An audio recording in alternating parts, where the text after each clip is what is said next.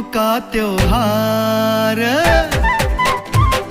दिवाली दीपों का त्योहार, करती दूर सदा अंधकार। दिवाली दीपों का त्योहार, करती दूर सदा अंधकार। बीत जाते हैं जब युग चार, बीत जाते हैं जब युग चार, तो लेते दीप राज अवतार। वो आतम दीप जलाते हैं, सच्ची दिवाली मनाते हैं। वो आतम दीप जलाते हैं, सच्ची दिवाली मनाते हैं।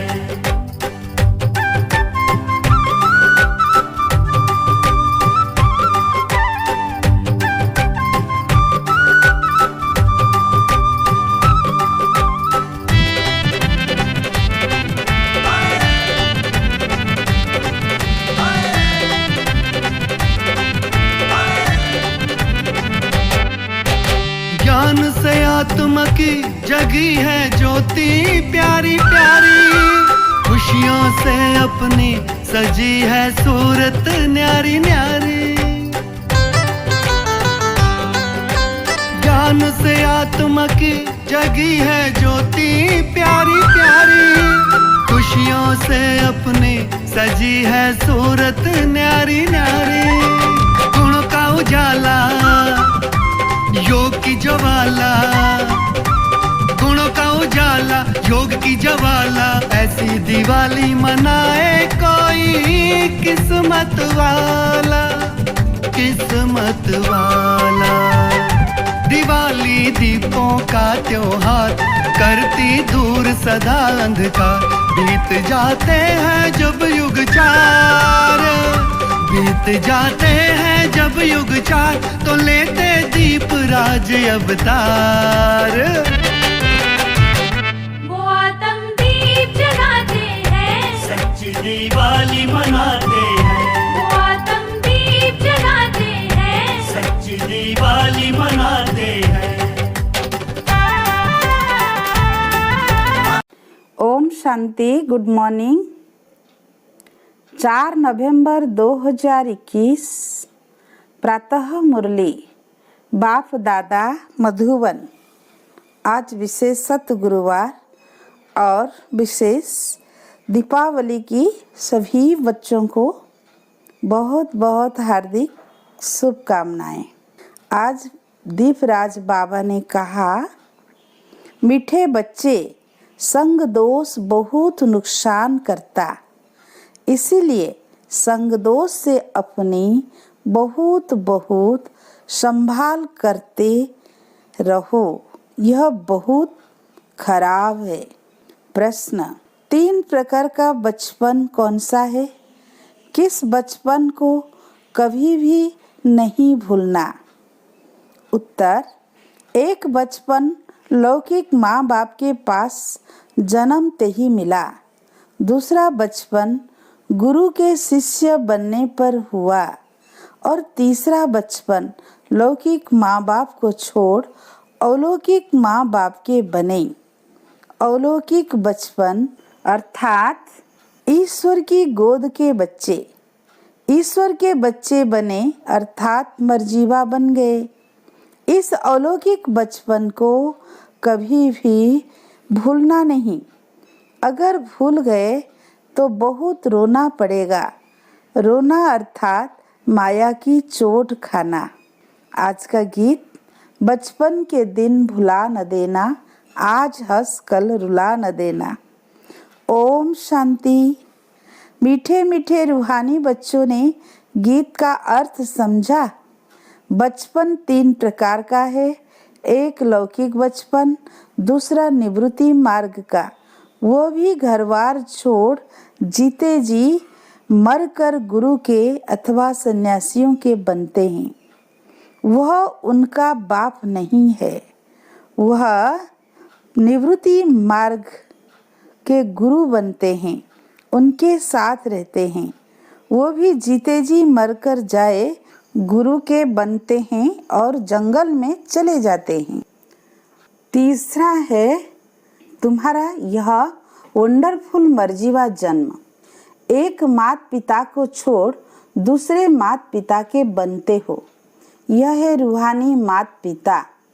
तुम्हारा यह मर्जीवा जन्म है, ईश्वरीय गोद में रूहानी जन्म। तुम्हारे से अब रूहानी बाप बात कर रहे हैं। वह सब हैं जिस्मानी बाप, यह है रूहानी बाप। इसलिए गाते हैं बाप का बनकर, मर्जीवा बनकर। फिर यह भूल न जाना, शिव बाबा है ऊंचते ऊंचा भगवान। जब कोई गीता आदि पर डिबेट करते हैं तो पहले पहले यह बात पूछनी है, तो ऊंचे ते ऊंचा भगवान कौन है? ब्रह्मा देवता नमः, विष्णु देवता नमः कहते हैं। फिर कहते हैं शिव परमात्मा नमः। वह सभी धर्म वालों का बाप है। पहले पहले यह बात समझानी है।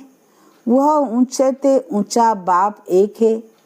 ब्रह्मा विष्णु को कोई गॉड फादर नहीं कहेंगे। पहले यह पक्का कराओ कि गॉड फादर एक है। वह निराकार है, जिसको क्रिएटर भी कहते हैं, पतित पावन भी कहते हैं। बाप से तो जरूर वर्षा मिलेगा, यह ख्याल करो। बेहद के बाप से वर्षा किसको मिला? बाप है नई दुनिया का रचने वाला। उनका नाम है शिव। शिव परमात्मा नमः कहते हैं। उनकी जयंती भी मनाते हैं। वही पतित पावन रचयिता नॉलेजफुल हैं।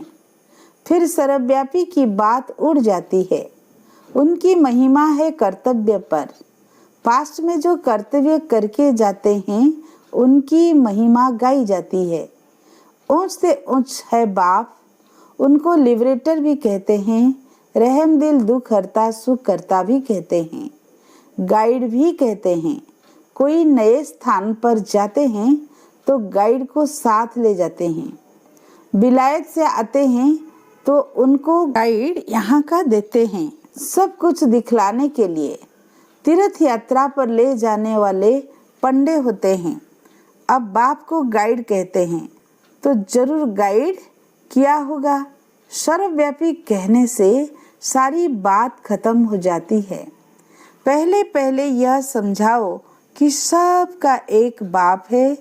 सर्वशास्त्रमयी शिरोमणि है गीता।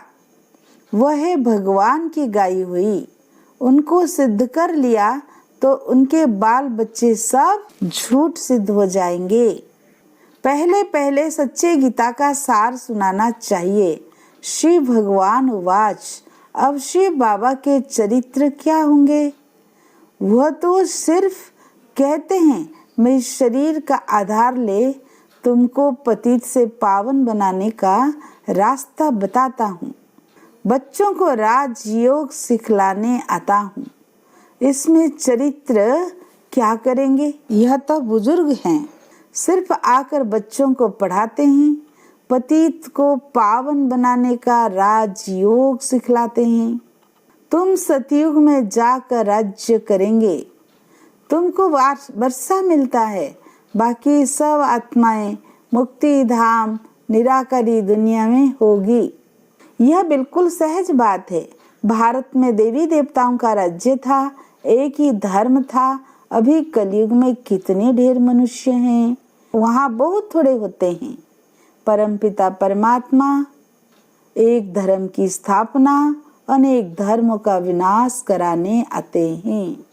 बाकी सब शांति धाम में चले जाएंगे। वहाँ अपवित्र आत्मा कोई रह नहीं सकती। उनका नाम ही है पतित पावन, सर्व का सद्गति दाता।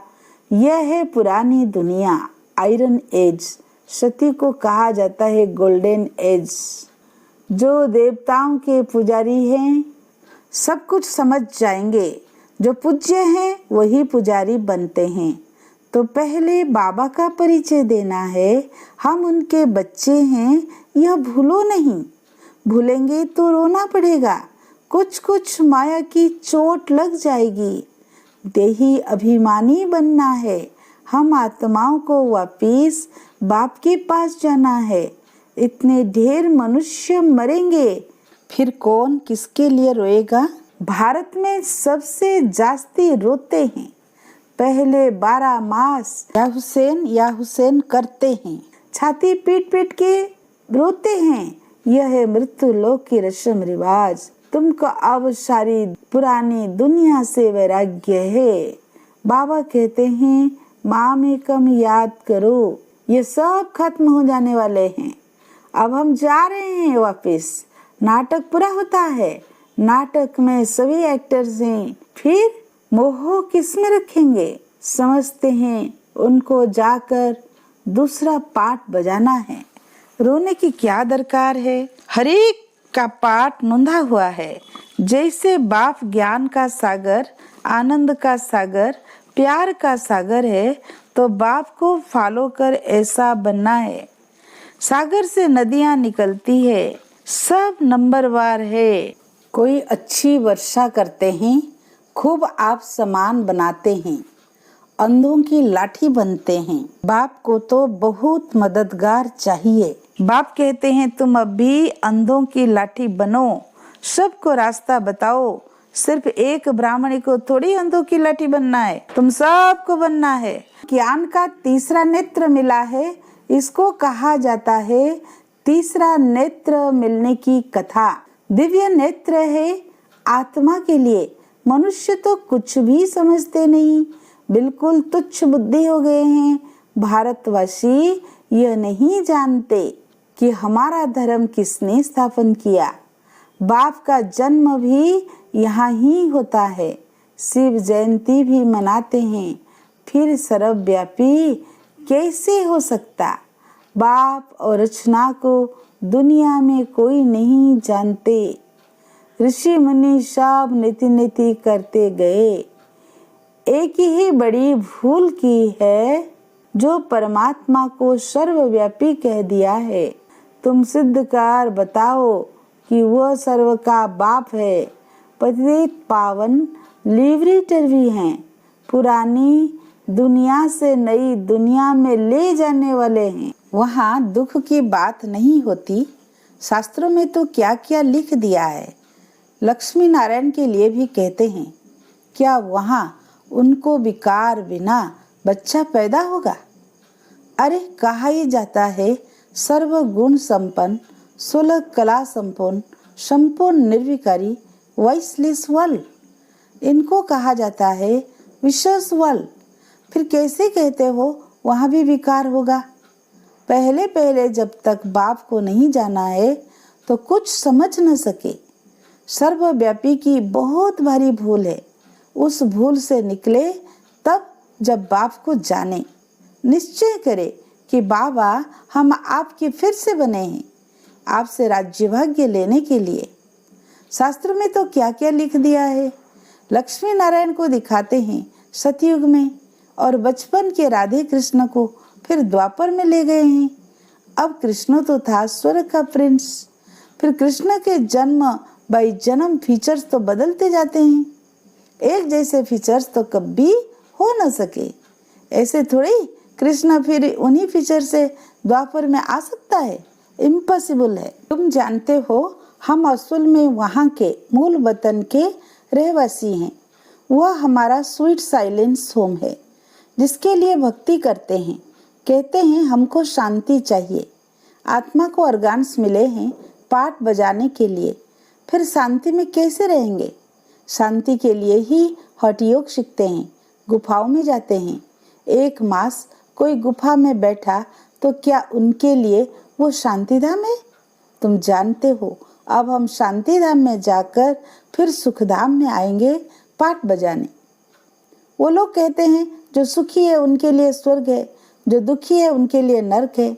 तुम जानते हो स्वर्ग नई दुनिया और नरक पुरानी दुनिया को कहा जाता है।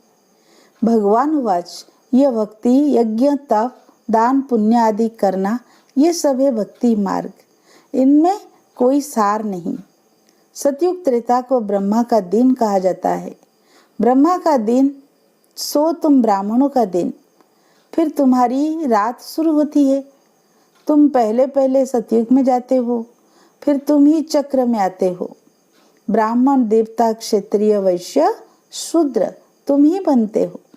तुम कहते हो शिव भगवान वाच, और वो कहते हैं कृष्ण भगवान वाच फर्क लंबा है। वो पूरे 84 जन्म लेते हैं। उनके साथ सारी सूर्यवंशी संप्रदाय पुनर्जन्म लेते लेते और फिर अंत में राज्य भाग्य ले रहे हैं। तुम बच्चे जो समझते हो उनको ही मजा आता है, नए को मजा नहीं आएगा। तुम किसकी निंदा नहीं करते हो। बाप तुम्हें कितना सहज समझाते हैं। यहाँ तुम बाबा के संग बैठे हो तो अच्छा समझते हो, बाहर जाने से संग में पता नहीं क्या हाल होगा। संग दोष बहुत खराब है। स्वर्ग में ऐसी बातें होती नहीं। उनका नाम ही है स्वर्ग, बैकुंठ, सुखधाम। शास्त्र में तो लिख दिया है कि वहां भी असुर थे। अब तुमको मालूम पड़ा है कि हम विश्व के मालिक थे। वहां जमीन आसमान कोई में भी पार्टीशन नहीं रहता। अभी तो कितने पार्टीशन है, अपनी अपनी हदें डालते रहते हैं। दुनिया में कितने झगड़े हैं। तो जब कोई भी आए तो पहले पहले उनको समझाओ कि बाप कौन है, भगवान किसको कहा जाता है। ब्रह्मा विष्णु शंकर है देवताएं। भगवान एक होता है, 10 नहीं होते। कृष्ण भगवान हो न सके। भगवान कैसे हिंसा सिखलाएंगे। भगवान उवाच काम महाशत्रु है। उन पर जीत पाने के लिए प्रतिज्ञा करो, राखी बांधो। ये अभी की बात है। जो कुछ पास्ट हो गया है वो फिर भक्ति मार्ग में होगा। दीपमाला पर महालक्ष्मी की पूजा करते हैं। ये थोड़ी किसको पता है कि लक्ष्मी नारायण दोनों ही इकट्ठे हैं। लक्ष्मी को धन कहाँ से मिलेगा। कमाई करने वाला तो पुरुष होता है। नाम लक्ष्मी का गाया हुआ है। पहले लक्ष्मी पीछे नारायण। वो फिर महालक्ष्मी को अलग समझ लेते हैं। उनको 4 भुजा दिखाते हैं, 2 स्त्री की 2 पुरुष की। परंतु वो इन बातों को जानते नहीं है। तुम अब डिटेल में जानते हो। तो गीता सुना, बचपन के दिन भुला न देना। आत्मा कहती है बाबा हमको अब स्मृति आई है। सवेरे सवेरे उठकर बाप से बातें करनी चाहिए। अमृत वेले बाप को याद करना अच्छा है ना। शाम को टाइम एकांत में जाकर बैठो। भल आपस में स्त्री पुरुष इकट्ठे हो तो भी यह बातें करते रहो। शिव बाबा ब्रह्मा के तन में आकर क्या कहते हैं, हम जब पूज्य बनते हैं तो बाबा को याद नहीं करते थे, जब पुजारी बनते हैं तो बाप को याद करते हैं। ऐसी ऐसी बातें करनी चाहिए। जो कोई सुने तो वंडर खाए। आधा कल्प हम काम चिता पर बैठ जल कर भस्म हो गए थे, कवर दाखिल हो गए थे। अब हमको ज्ञान चिता पर बैठना है, स्वर्ग में जाना है। यह पुरानी दुनिया है। भारतवासी समझते हैं यह स्वर्ग है। अरे स्वर्ग तो सतयुग में होता है। स्वर्ग में देवी देवताओं का राज्य था। यहाँ तो माया का पंप है। अब बाबा कहते हैं संगदोष में आकर कहाँ मर नहीं जाना, नहीं तो बहुत पछताएंगे। इम्तिहान की रिजल्ट जब निकलती है तो सबको मालूम पड़ जाता है। आगे बच्चियां ध्यान में जाकर सब कुछ सुनाती थी कि यह रानी बनेगी, यह दासी। फिर बाबा ने बंद कराया। पिछाड़ी में सब कुछ मालूम पड़ जाएगा कि हमने बाप की कितनी सर्विस की, कितनों को आप समान बनाया। वो सब याद आएगा। साक्षात्कार होगा। बिना साक्षात्कार के धर्मराज भी सजा दे न सके। बच्चों को बार बार समझाया है, माँ में कम याद करो। बाप आकर मीठे मीठे झाड़ का सैपलिंग लगाते हैं। वो गवर्नमेंट झाड़ों का सैपलिंग लगाते हैं, उत्सव मनाते हैं। यहाँ नई दुनिया का सैपलिंग लग रहा है। तो ऐसे बाप को भूलो मत। बाप की सर्विस में लग जाओ, नहीं तो अंत में बहुत पछताना पड़ेगा। अभी वर्षा नहीं लिया तो कल्प कल्पांतर का हिसाब हो जाएगा। इसलिए पुरुषार्थ फूल करना है।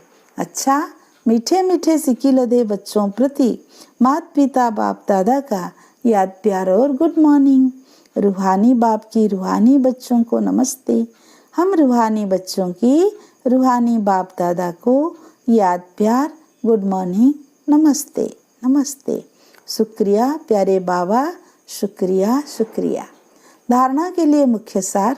पहला पॉइंट, जैसे बाप ज्ञान का, आनंद का, प्यार का सागर है, ऐसे बाप समान बनना है और आप समान बनाने की सेवा करनी है। सबको ज्ञान का तीसरा नेत्र देना है। दूसरा पॉइंट, ऐसा कोई भी संग नहीं करना है जो पछताना पड़े। संग दोष बहुत खराब है, इसलिए अपनी संभाल करनी है। बाप से वर्षा लेने का पूरा पुरुषार्थ करना है। आज का वरदान, दिव्य गुणों के आह्वान द्वारा अवगुणों को समाप्त करने वाले दिव्य गुणधारी भव। जैसे दीपावली पर श्री लक्ष्मी का आह्वान करते हैं, ऐसे आप बच्चे स्वयं में दिव्य गुणों का आह्वान करो तो अवगुण आहुति रूप में खत्म होते जाएंगे। फिर नए संस्कारों रूपी नए वस्त्र धारण करेंगे। अब पुराने वस्त्रों से जरा भी प्रीत न हो। जो भी कमजोरियां, कमियां, निर्बलता, कोमलता रही हुई है, वो सब पुराने खाते आज से सदा काल के लिए समाप्त करो। तब दिव्य गुणधारी बनेंगे और भविष्य में ताजपोशी होगी। उसी का ही यादगार दीपावली है। स्लोगन, सरल याद के लिए सरलता का गुण धारण करो, संस्कारों को सरल बनाओ। अच्छा, ओम शांति।